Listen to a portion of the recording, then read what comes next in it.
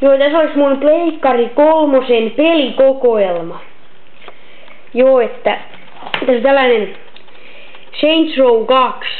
On kyllä ihan hyvä peli täällä. Tollanen peli. Sitten olisi Battlefield Bad Company. Toikin on ihan hyvä peli. Sitten Call of Duty World at War. Joo, tällainen peli. Tuo on sotapeli. Tällainen länkkäripeli. Red Dead Redemption.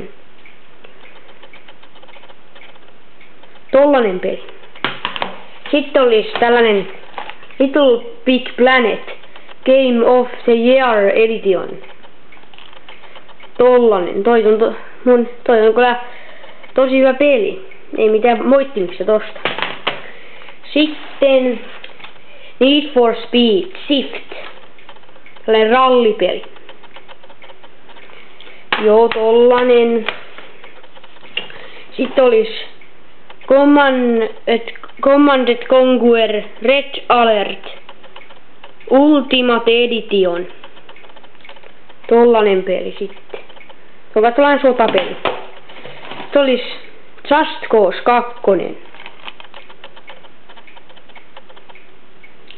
Tollanen peli sitten. Sitten olisi tällainen, tääkin on hyvä sotapeli. Tom Clancy's Rainbow Six Vegas 2. Sotapeli sekä. Sitten olisi tällainen Grand Theft Auto IV. Tää on todella hyvä peli kyllä tämä. Suosittelen muuten ostaa tällaisen pelin. Sitten olisi tällainen seikkailupeli. Uncharted 2. Among Thieves. Tollanen. Hyvä peli. Sotapeli, todella hyvä sotapeli. Call of Duty Modern Warfare 2. Todella hyvä peli toi. Kannattaa testata. Sitten tätä ainakin kannattaa. Call of Duty Black Ops. On todella mahtava peli, ainakin minun mielestä.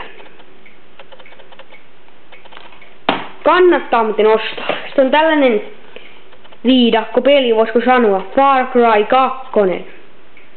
Tollanen. Tässä oli mun Pleikkari 3 pelikokoelma. Nämä on kyllä kaikki hyviä pelejä, ei voi moittia.